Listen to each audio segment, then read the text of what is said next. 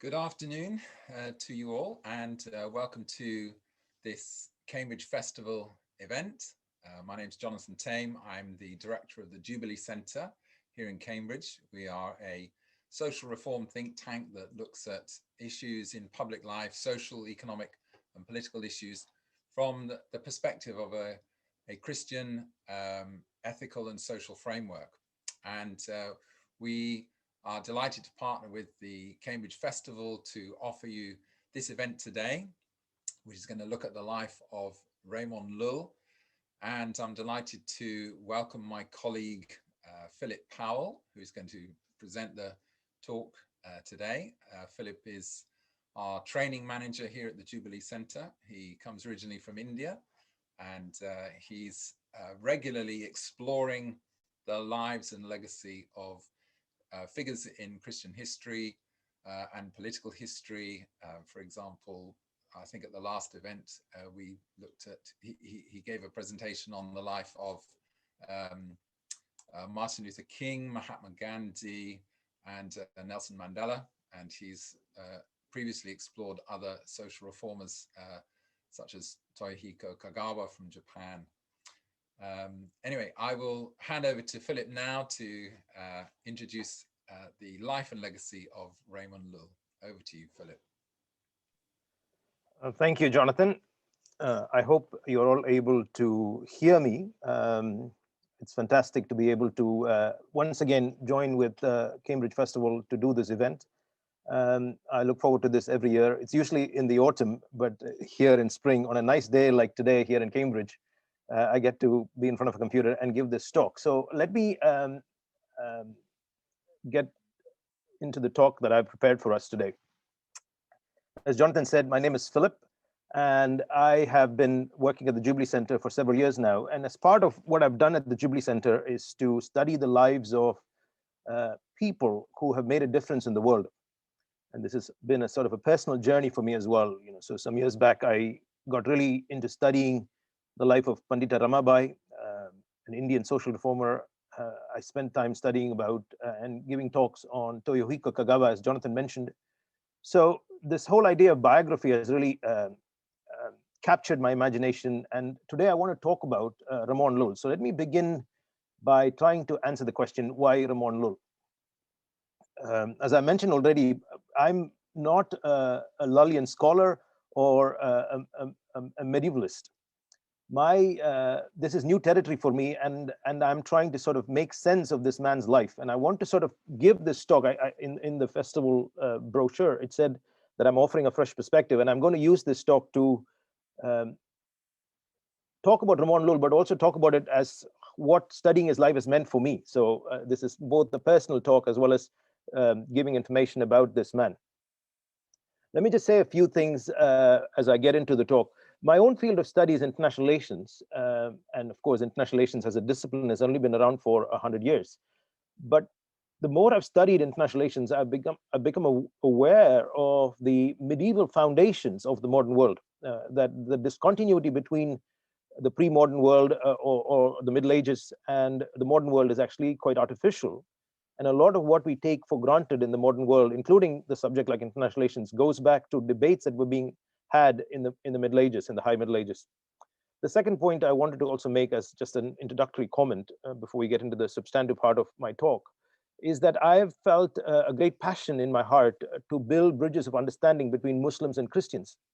It's one of the goals of my life. And so studying Ramon Llull has become part of that vision to be able to talk about this man as he connects with my own sense of what I feel I'm meant to do with my life. So that's just the background.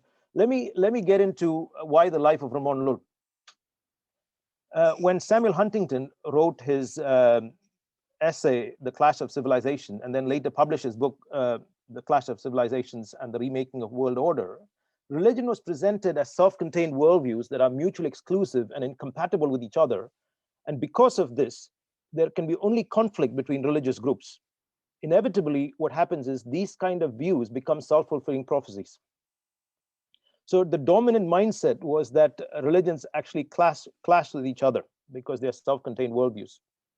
Another thing that I had encountered in my Christian life was the way the Reformation was described and explained to me. So, for example, the Reformation was talked about as if there was nothing good in the church before the Reformation. Of course, this was partly the deep-seated anti-Catholicism that I found among Protestants, and I'm a Protestant Christian. I've been grown up in the Protestant tradition. So it was painted as that before the Reformation, everything was dark and terrible, and the Reformation was the good thing that happened in the church. And because of the Reformation, now we have the modern world, including scientific thinking. Lay Christians could now go and do Christian mission work. It was not just about the leaders and the popes and the bishops. And the fact that the Bible was now available in the vernacular language. These were the things that made me understand the history of my own faith. Given that of the Reformation, along with that, there was also the view that William Carey, who was a Baptist missionary from Britain to India, was called the father of modern missions. And again, when I heard teachings about William Carey, it was said like before William Carey, the church was not doing Christian missions. William Carey is the first one who really cared about the fact that people wanted to know the gospel, and people and Carey wanted to go out and tell people who didn't know about Jesus about the gospel.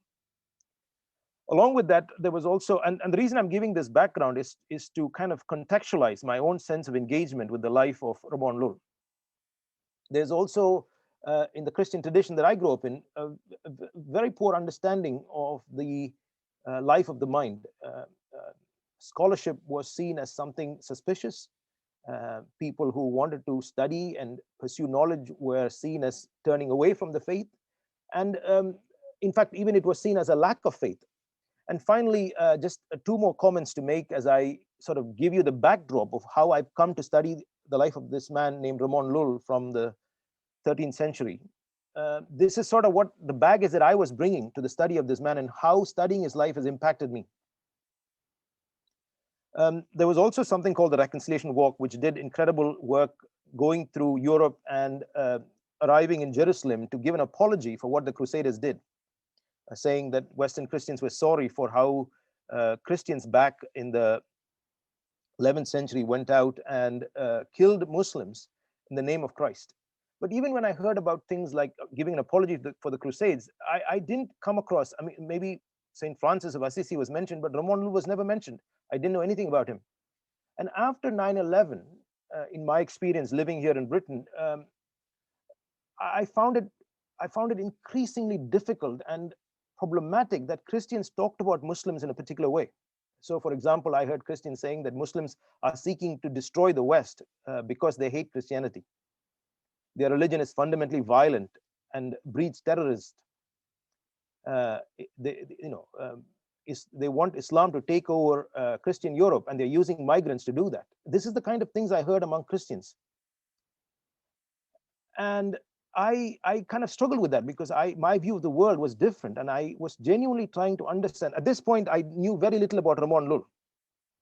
And the final point I want to make is I found also over the last 20 years of being a Christian is that very little understanding among Christians on the Islamic foundations of modern Europe, how the writings of Aristotle came to be studied in the universities of Europe in the 11th and 12th century. Particularly, I'm thinking about writers like Muslim writers like Avicenna and Averroes. I'd never heard of these names. In fact, what was so interesting is recently finding out that the academic graduation square cap that we see students here in Cambridge University wearing, where did that tassel come from? Why does the tassel hang on that hat?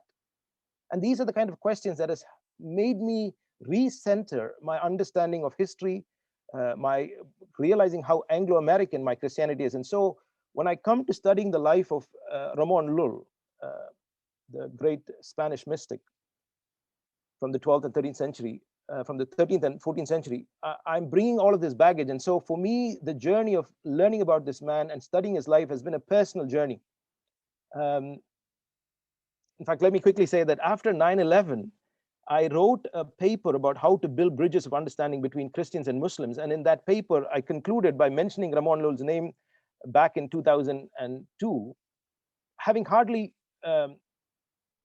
known much about his life. And then 2 years ago, in 2019, my wife and I visited the island of Mallorca, and it was a wonderful experience of going to all the different places where Ramon Llull had lived. And so this talk is based on that trip that I made in 2019 as I visited the church where he's buried, the cave where he got his revelations, the missionary training institute that he started, and also the mountain where he set up a place for him to meditate, Mount Randa. So it is that journey that has now led me in the last 2 years to study about his life, and I thought I could use the Cambridge Festival to talk about Ramon Llull. So let's get to Ramon Llull, if we could have the next slide, please. A little bit of background again to his own life. To understand Ramon Llull's life, we need to be able to have a grasp of what was going on in the 11th, 12th, and 13th century with the Crusades. This was the idea, a Frankish idea. The Pope had sent out a message calling on Christians to go back to the Holy Lands and using force take it back. The idea was to use violence and exterminate anybody that threatened Christians. And of course, we know that Latin Christians not only killed Muslims, they also killed Eastern Christians, Christians that were Orthodox. And it was all done in the name of Christ. There's also the whole other background that we need to keep in mind is that at this time, the writings of Aristotle have been rediscovered in Europe because of increased contact between Latin Christendom and places like Sicily, Constantinople, and the reconquering of Spain, which was under Muslim rule, under the Moors, meant that Christian monks began to translate the writings, the writings of Aristotle into Spanish and then into Latin.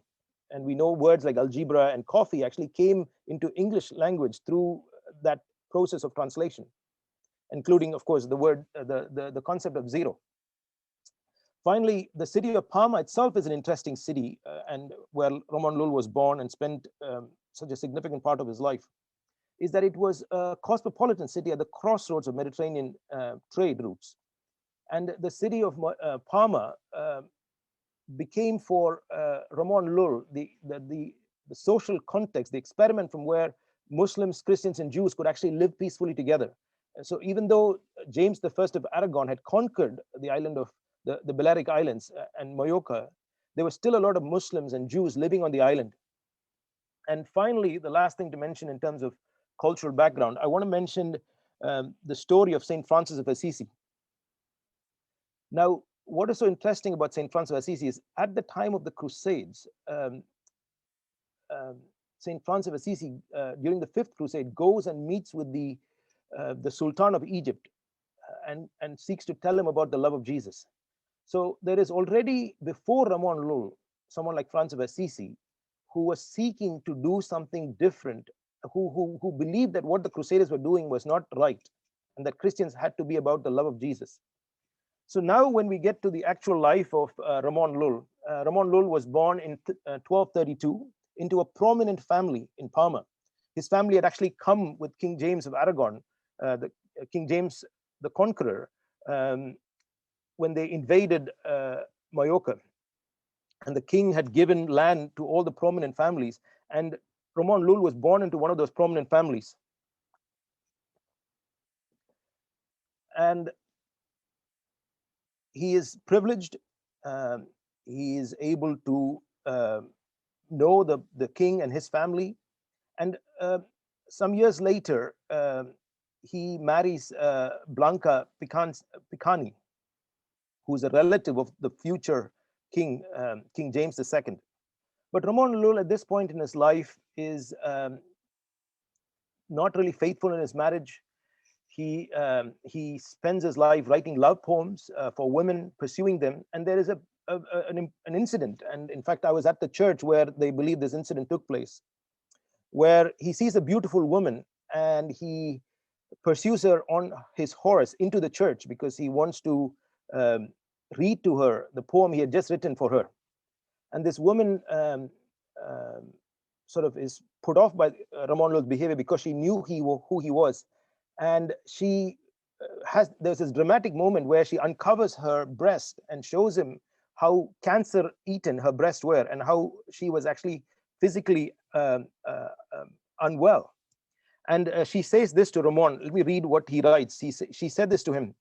See, Ramon, the fondness of this body that has won thy affection, how much better hadst thou done to have set thy love on Jesus Christ, of whom thou mayest have a price that is eternal.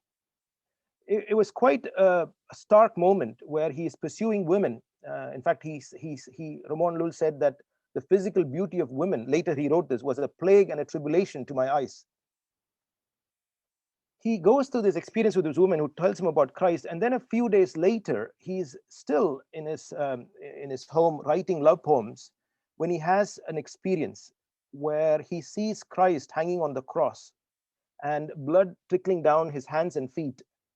And Ramon is really deeply affected by this vision that he has of Jesus Christ. He couldn't sing, he couldn't sleep, and he was deeply troubled. And this happened to him about 5 times. And finally, he commits his life to Jesus. He is overcome by the guilt of his sin, and he realizes that God has some plan for his life, and he wants to be forgiven. At this point, he hears a sermon that was preached in a church that he went to, where the friar who preaches talks about the approach of Francis of Assisi, how different it was from the Crusades.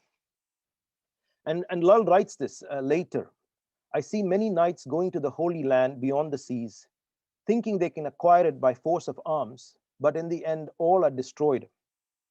It seems to me that the conquest of the Holy Land ought not to be attempted except in the way in which thou and thine apostles acquired it, namely by love and prayers, and the pouring out of tears and of blood.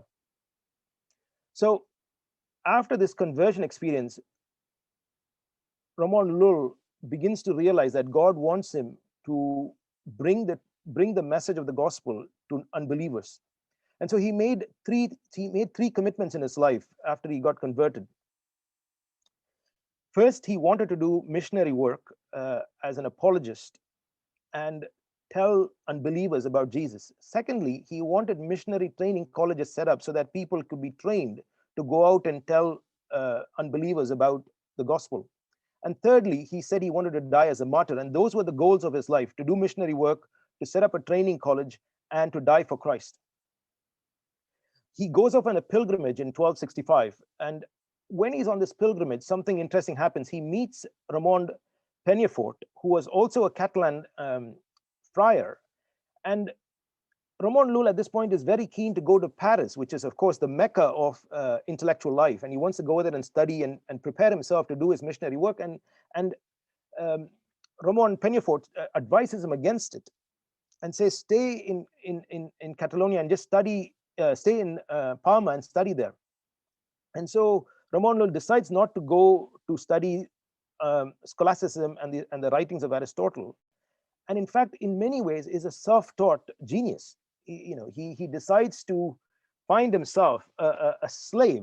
At that time, of course, all the Muslims in the island became slaves because the Christians had conquered the island.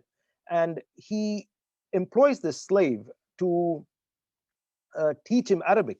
And not only does he learn Arabic, he begins to learn the great writers of Islam, including Al-Ghazali, who is a Persian intellectual. And this slave, of course, is teaching him the language, is teaching about Islam, and Ramon Llull is increasingly beginning to see how, if he's going to do this missionary work, he needs to learn about Islam, learn the writers of the great traditions of Islam, the intellectual traditions of Islam.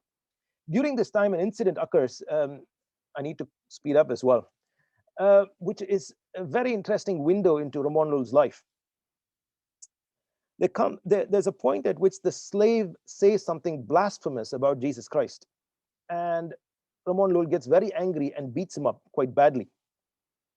The slave, of course, keeps this in mind and decides he wants to take revenge. And at a certain point, he comes and tries to kill Llull. And of course, the servants in the house overpower the slave, and he's taken away and he is kept in locked up.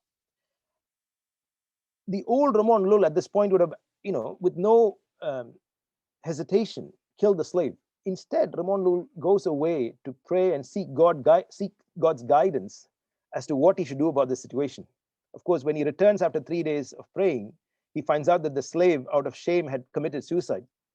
So here is Ramon Llull, a man who is beginning to have his thinking and his way of seeing the world changed. He decides to retreat to this Mount Randa, which is a place in the middle of the island, to pray and to seek God. And while he is there, he has an illumination, a mystical experience. And he sees the whole universe as being the result of these divine attributes. And I'm not going to be able to fully get into explaining this great work that he began to write called Ars Magna, the great art. But the point of this whole experience that he had was that he felt like God gave him uh, a revelation to write a book that would explain everything. It's like Stephen Hawking's theory of everything, but from the 13th century.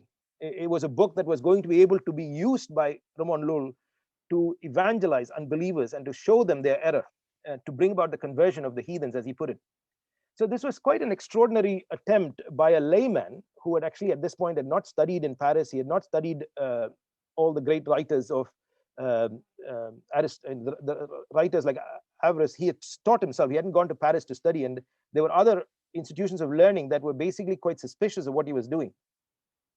It was an original way of understanding the world and interpreting the world. So this original logical method that he decides to use to prove the dogmas of Christianity, including the Trinity and the Incarnation, was quite something, because the more you study how these wheels work and how he tries to combine things like absolute goodness, absolute greatness, eternity, power, wisdom, he takes 9 of these key ideas that he believes everybody who wants to know the truth will accept, these axioms.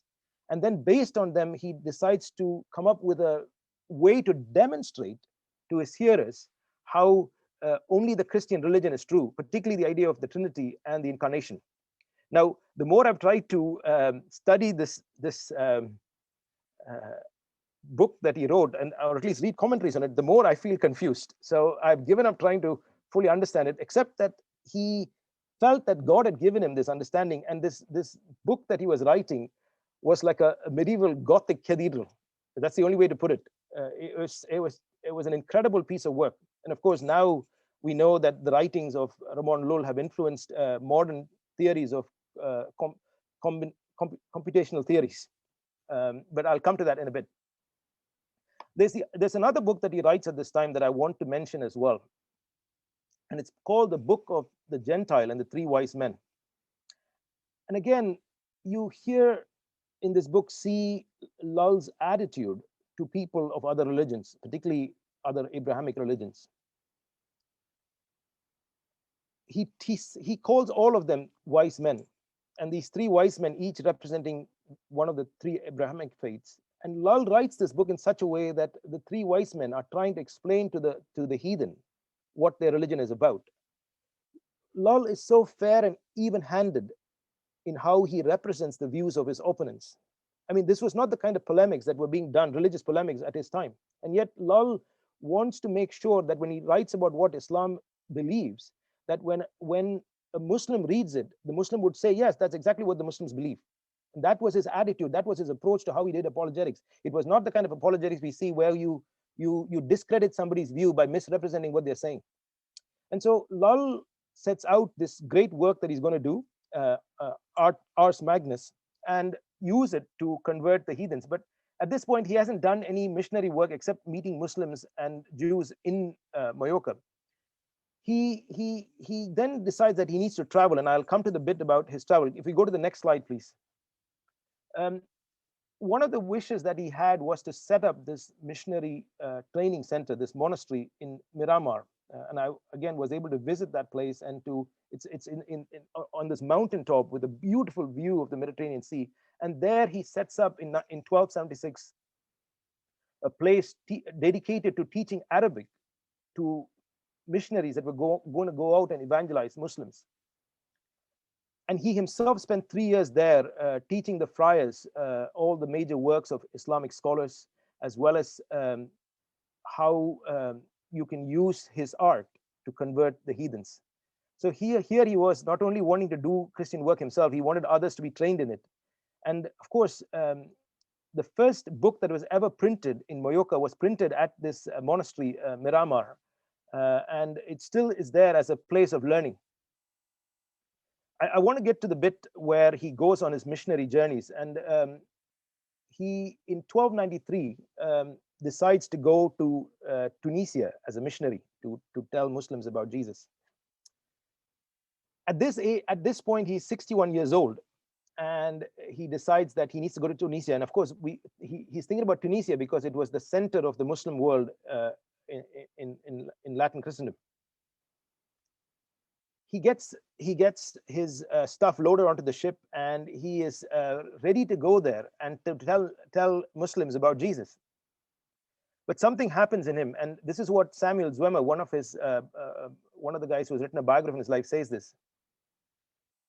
Overwhelmed with the terror of the thought that what might befall him, the idea of enduring torture and lifelong imprisonment presented itself with such force that he could not control his emotions. He goes through a crisis and decides not to go. So having spent so many years of his life wanting to do missionary work, on his first missionary trip, he gets to the ship is loaded with his stuff, and then he couldn't get on the ship. He canceled the trip, and of course later he realizes, a few months later, he is so overcome with guilt that he felt like he had failed the Lord, and he of course goes to Tunisia to preach. When he gets to Tunisia, of course he engages Muslims in dialogue, and when he engages them in dialogue, when he's there in Tunisia, he of course also writes books, and he dedicates it to the Sultan of Tunisia.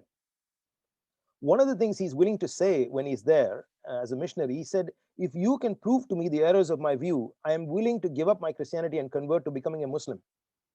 He said, I will embrace Islam if you can show me what my errors are. And that is quite extraordinary. Not too many missionaries would go somewhere and tell the people they want to convert, I'm willing to give up my faith if you can show me where I'm wrong. Moving on, another point that I want to make is about I need to move quickly through the points here. And I've got another 10 minutes. So I do want to sort of finish this life, talk a little bit about his impact, his lessons for today. In 1311, at the Council of Vienna of the Catholic Church, Llull goes to attend the council, and he pleads with the council to establish professorship. And the council finally decrees the establishment of professorships of Greek, Hebrew, Aramaic, and Arabic at the universities of Paris, Oxford, and Bologna.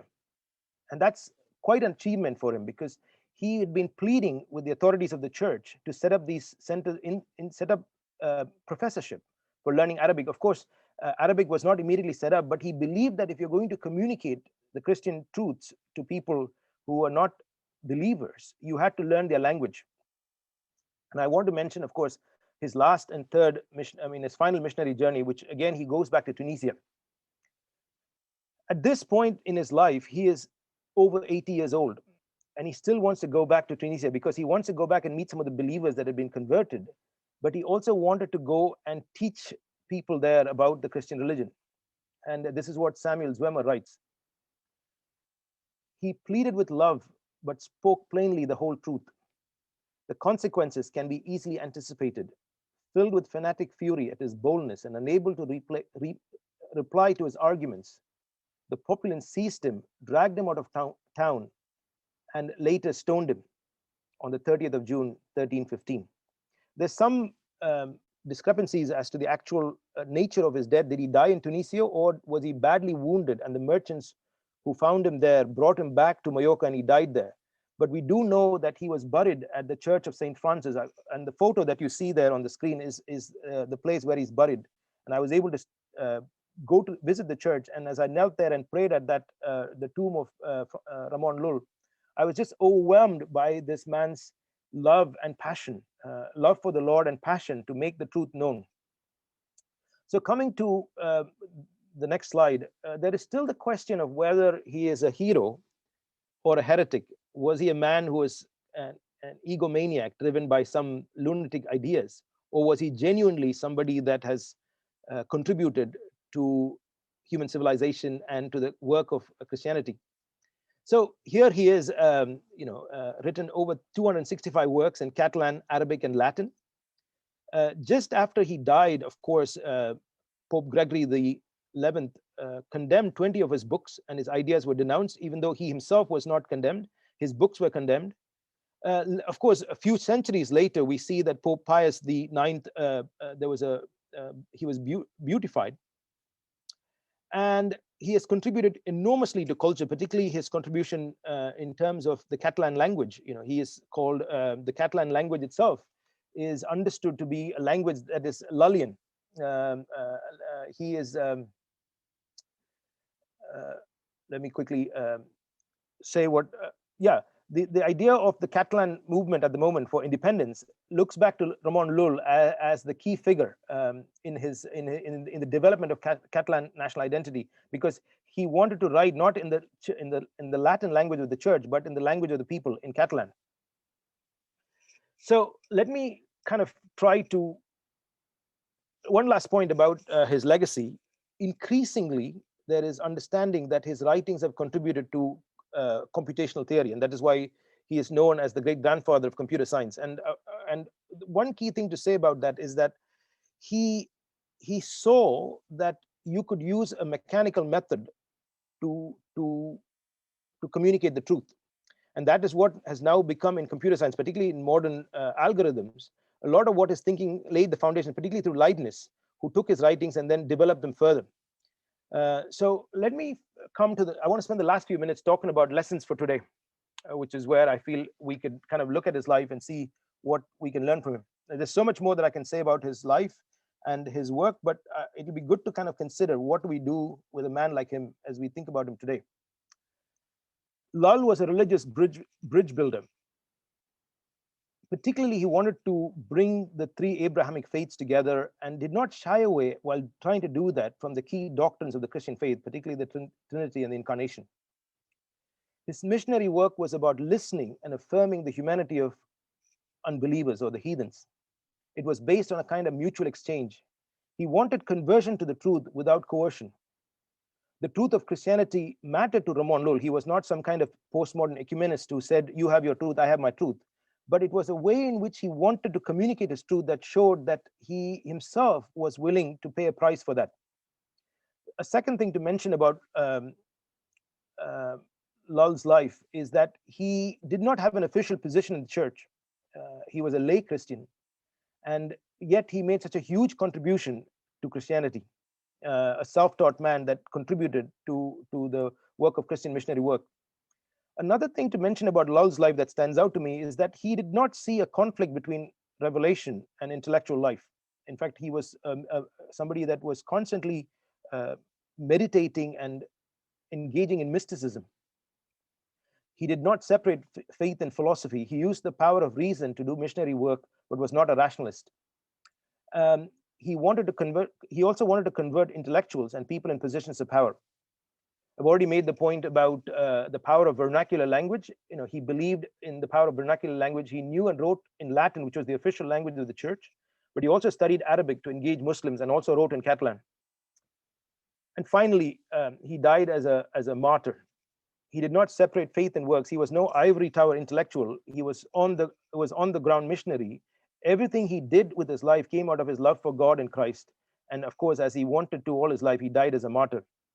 And the last thing I want to say, which is kind of the point that I've come to, it's made a huge difference for me, is realizing that there is somebody in history from over 700 years ago that has actually laid the foundations for modern computational theory. How could that be possible? And this is where I want to talk a few minutes about God's providence in history. Who would have thought when he was writing in the 14th century that his writings would pave the way for computational thinking and that defines life in the 21st century? Ramon Llull's life has made me realize something fundamental about the times in which we live and our relationship to time. Do not judge your life and the choices you make and the actions you take simply by what you see happening around you at the moment. God works across long cycles of time. If you do the right thing and live according to the law of love, no matter what the current circumstances, then the fruits of your life will make an impact, sometimes centuries from when you've lived, maybe even in eternity. And let me end with these two, one a quote from Ramon Llull and another from St. Paul. This is what Ramon Llull said: "Death has no terror for the servant of Christ who is endeavoring to bring souls to the knowledge of the truth And of course, St. Paul said this, for me to live is Christ and to die is gain. Thank you.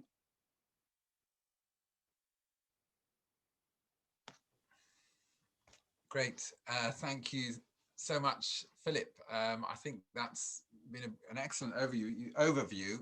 You actually have sort of run ahead and finished it 5 minutes early, which gives either more time for conversation or gives you an opportunity just to fill in any gaps where you were rushing through. So let me have a look at the questions here. We've got 4 so far, and it would be great if any of you have a question now that you've not put it in, just do that right now on the Q&A. But let me start with one here, Philip, which is on this last point around the algorithms and the computational science and so on, which is obviously one of the areas that people find most interesting. So Janet Burgess is asking this question about algorithms. Did Llull do original work or just transmit Islamic learning on this topic? Have you got any thoughts on that? Yeah, I'm trying to find my notes on these things. I must say that I found his thinking quite original. I mean, that's what everyone who has studied him. I'm not a Lullian scholar myself, but his thinking was original in the sense that he did not, like I said, go to Paris and learn what was already there. But there is increasing agreement among Lullian scholars that the slave who was his teacher for 9 years when he was studying and preparing to become a missionary had informed him about the sort of the ideas of both the kind of a particular Arabic word that has slipped my mind now, which is sort of his art, his great art magna is based on, as well as the mysticism that he had sort of used to learn about these things came from Sufism. So there's more and more study of Lull's relationship to Islamic scholarship, and I think I would agree that there is overlap between what Lull was doing. He did not see in the kind of crusading mentality in which Christians had all the answers and Muslims were just ignorant. I think that's not the view that Lull had. But I'm happy to take a further question on that, Jonathan, but that's as far as I know, as I said. Great. Okay, yes, if you think of anything further on that, do say so. Here's another question from Tom. He's saying, can you say something about Lull's attitude to the Jewish population? Now, I must say that I did not spend too much time studying about his relationship to the Jewish population that were there in Parma as well. But in the book, The Gentile and the Three Wise Men, he is very fair to the Jews. You know, we know that Europe has had a long history of anti-Semitism, but Lull himself sees them as believing in the one true God and did not view them as being sort of in the way sometimes they were viewed as being anti-Christian. So I would think his views were positive, even though, as I said, I've not spent too much time studying about his views in relation to Jews. Okay, thanks. I know you did say very clearly you're not an expert at all about Llull, and I'm sure if any of you listening as participants have any insights on some of these questions, then do please feel free to put that in the chat. Here's a question which is perhaps around how we might apply some of, well, if Llull was around today, let's say. So Neil is asking this question. He liked the point you made of deeply understanding the worldview of people he's speaking to. And so what might be one thing that Llull would set his sights on if he were in the UK or Cambridge today? Can you think of some current issue which you think would have been particularly of interest to Llull if he were alive today, and how might he respond to that? I can only point to my friend Peter Adams, who works in Luton, and the approach he has taken to engaging with believers of other faiths. I think it's, and I say that only because, you know, I feel like so much of my journey with Ramon Llull began with Peter and what we did in Luton. The main thing that I believe Llull is bringing to us, that as a challenge, particularly for us Christians who want to share the truth with others, is engaging people in a respectful dialogue in which there is genuine exchange of understanding and ideas.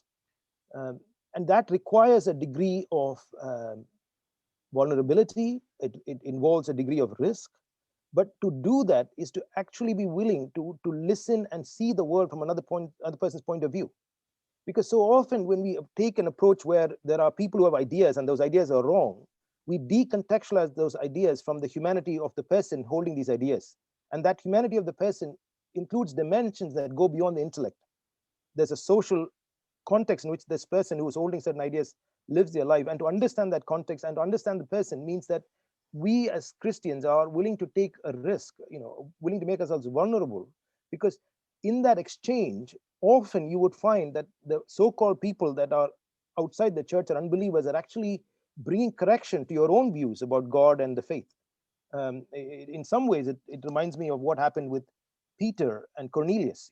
Peter, as a proper Jew, didn't think it was right to fellowship with Gentiles, and yet we know in the dream that he had, God sends down this blanket with unclean food, and Peter is asked to take it and eat it, and something in his own thinking about how you relate to Gentiles had changed in that encounter. So I think for me, it's about encounter, it's about mutual exchange, but also not giving up the commitment to what you believe is true. I think Ramon Llull, at no point did he decide that he is going to give up believing in the Trinity or the Incarnation.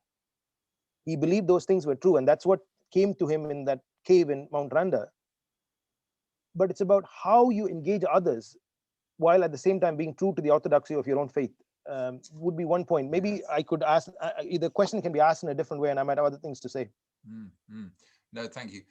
For those of you who are not familiar with the New Testament, that reference to Cornelius and Peter is from the Acts of the Apostles, I think, chapter 10 and 11, where that fascinating narrative is told. Yes, I think clearly this conversation around interreligious dialogue that we are having today could be informed by Llull's approach. And also, I suppose, yes, I suppose, in the Middle Ages, the era in which he lived, most people would have held to one religious system or another. And obviously today we have, a big majority of the people, we'll find out from the census that took place just a week ago, what percentage of the population now would say they have no religion. And I suppose that's part of the interest of around Llull, is that he was a polymath, that he applied himself to a lot of different topics, a lot of different issues. But here's coming back to his personal life. Do you know, and a question here from Alan Silva, do you know anything, or can you say anything more about what happened to his wife and family during those years he was traveling? I mean, what is there about his own sort of personal family life, other than the time before he became a Christian or committed in that sense, when he was running around after every beautiful woman? He, of course, has this dramatic conversion experience where Christ comes to him in that vision and he becomes a Christian. He, at that point, I think, is torn between what he wants to do as a missionary and what he wants to, and his responsibilities to his family. After he heard that message on Francis of Assisi, he decides to, and Zwemer in his autobiography explains this, where he leaves a particular amount of wealth and resources for his family to be provided for, and they are taken care of by within a wider network of people that they were with in Parma where they were living. And he sort of he's not officially part of the Dominican order, because there you have to give up your family life. So he has a family life because he's a lay Dominican, but he doesn't he sort of distances himself from the family, and that's as far as we know, because later on he has very little he has written, as far as I know, about family. But he didn't just abandon them. He made sure that they were taken care of and that were provided for, but he decides to distance himself from his family. That's what I know. Great. No, thank you for that. A couple of questions here about, in a sense, trying to sort of extrapolate from Llull's thinking. Here's one from Paul Klein. do you think that, or is there any evidence that Llull was read by Isaac Newton or even John Dee? One from Peter Woodsford. How do you think Llull would have reacted to the rise of the scientific method? And another, I'm a computer scientist. This is from Jennifer George. I'd like any references I could follow up on Llull's contribution to computer science, please. So clearly Yeah. there's interest here in how Llull's thinking has been interpreted sort of subsequently. Do you have anything to Yeah, comment or let me, point to that? yeah, I'm going to point to two articles that I've read on the computational theory. There is a very interesting BBC Sounds, there's a talk, I could find it, that gives this understanding of how his combination computational theory has been used to develop modern thinking on computer science. There's a good talk there that I would recommend, and there are two essays that I can point to that I've read that I found useful. I will make sure before we go, I will put it in the chat. I know that in my reading, I found that Descartes did not like the approach that Llull had taken, because Descartes, I think Descartes separates faith and reason in a way that makes the split between facts and value move in different directions. And and so Descartes does not follow him. But we know that Martin Luther read Llull, and particularly the idea that Llull was writing in the Catalan language. We think Dante was the first one to have written in Italian. Actually, much before Dante, Llull had written in a vernacular language, especially scholarly work that was written for ordinary people. But it's Leibniz that picks up, of course, Nicholas of Cusa as well. In fact, 63 of Ramon Llull's books are kept in Germany in the library of Nicholas of Cusa, who picks up his writings. And even though he was sort of banned because of the Spanish Inquisition after he had lived, after the Renaissance and the Reformation, European thinkers like Leibniz picks him up and begins to lay the foundations for this idea of how do you combine numbers and how can you predict outcomes. I think that's the key point. And the method that he creates with these wheels and letters is how do you predict, and I'm not a computer scientist, as you can tell, so I've had to read these things and try to understand them. But they believe that Llull was the first one to have insight into how these combinations can predict outcomes.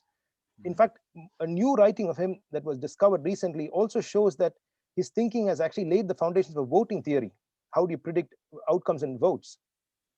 So there is a whole range of writing in Llull. Of course, there's the side as a computer scientist that you engage him, but the people who do that don't see the sort of religious side that he did, particularly his interfaith dialogue, his efforts to bring reconciliation between the three Abrahamic faiths. I'm trying to sort of understand the man himself as much as I'm trying to understand what contribution he has made to knowledge. So even though my knowledge of his the way his writings pave the way for computational thinking is limited, there is substantial work, if you find online, journal articles that are being published on the way Llull's thinking laid the foundation for modern computational theory. What would you think about our scientific method and the way we are doing information technology now? I can only speculate, but I would certainly think for Llull, he did not see the kind of enlightenment split that we have seen happen between science and religion. Llull, there was no fundamental conflict between mystical devotion and worship of God and pursuing scientific knowledge. That happened much later, of course, and Descartes plays a role in bringing about that split, and of course Kant takes that further. The second thing to say, I think Llull, when it comes to the church, he would probably find the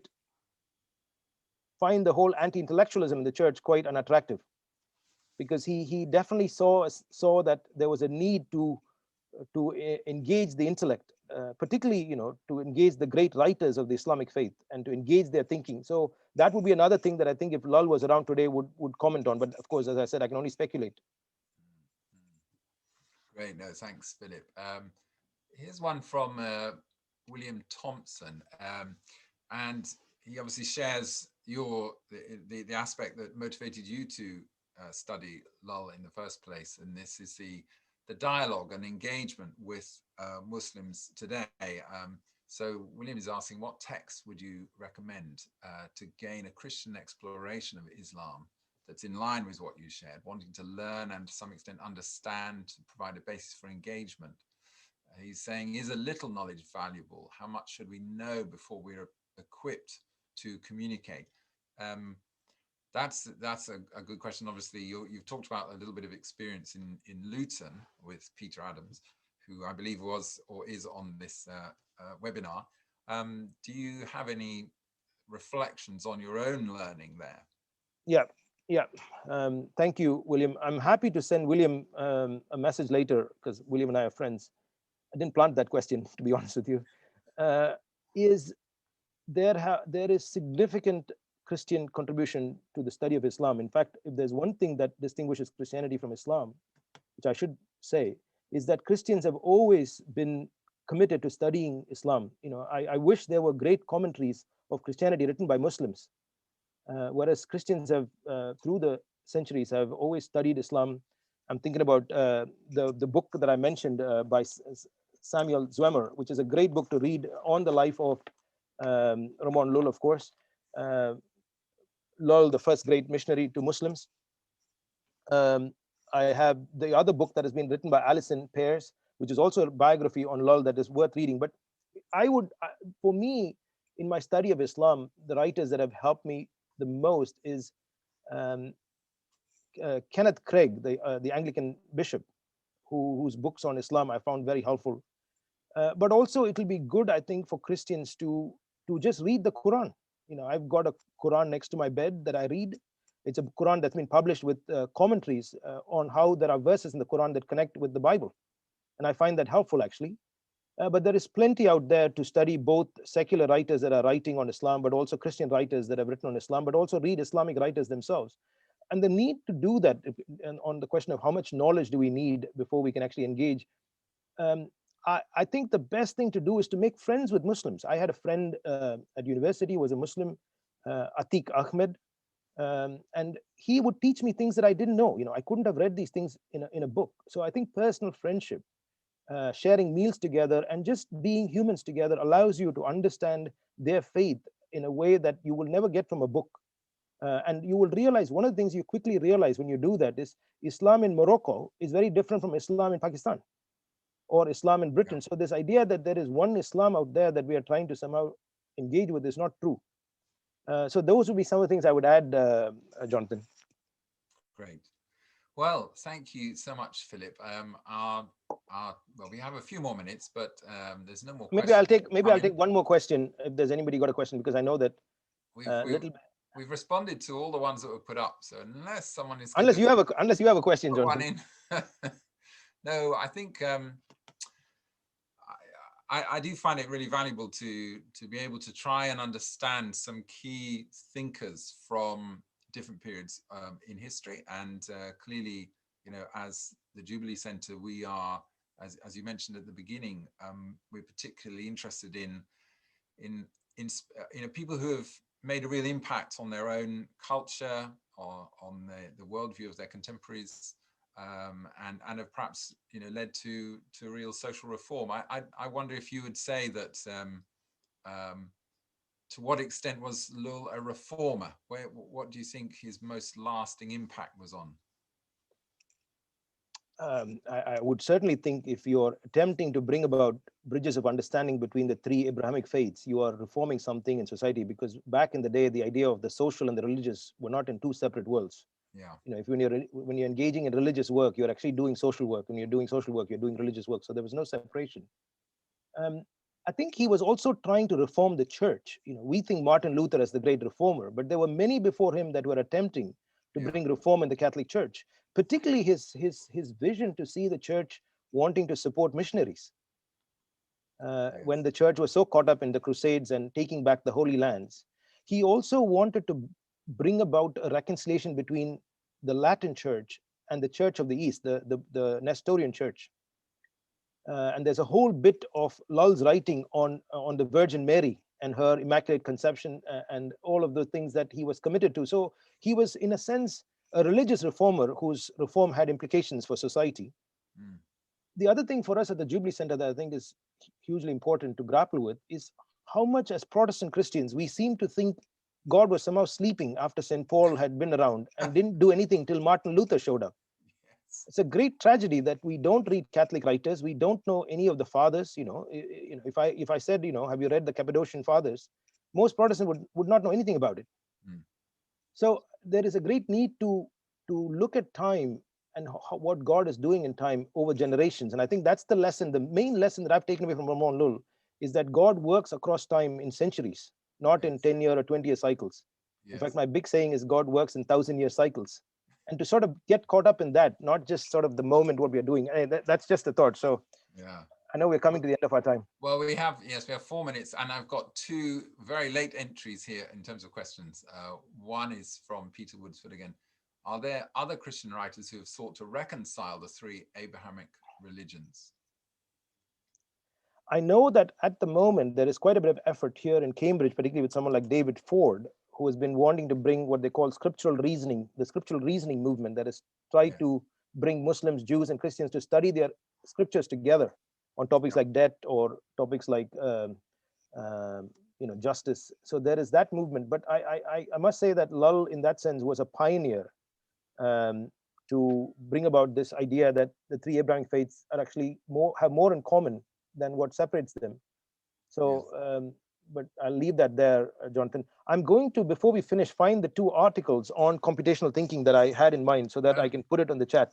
Well, no, what we can do, Philip, is because some people have left already. So what we'll do is we'll send an email to everyone who had registered for the event, and we can put those links into the email that Martin will send out this afternoon. But here on the chat, here's a reference, a link to scriptural reasoning here in Cambridge. And there's another organization we know about called Rose Castle Foundation, which was set up by our former chair of trustees, Sarah Snyder. And they are creating opportunities for conversations between Christians and Muslims particularly, and encouraging that kind of dialogue. So Rose Castle Foundation is another possible resource to look up. Well, I think that, there we go, there's the link. I think perhaps we can draw stumps at this point, to use a cricketing metaphor. And yes, congratulations, Philip, on India's victory by 7 runs, I believe, over the weekend.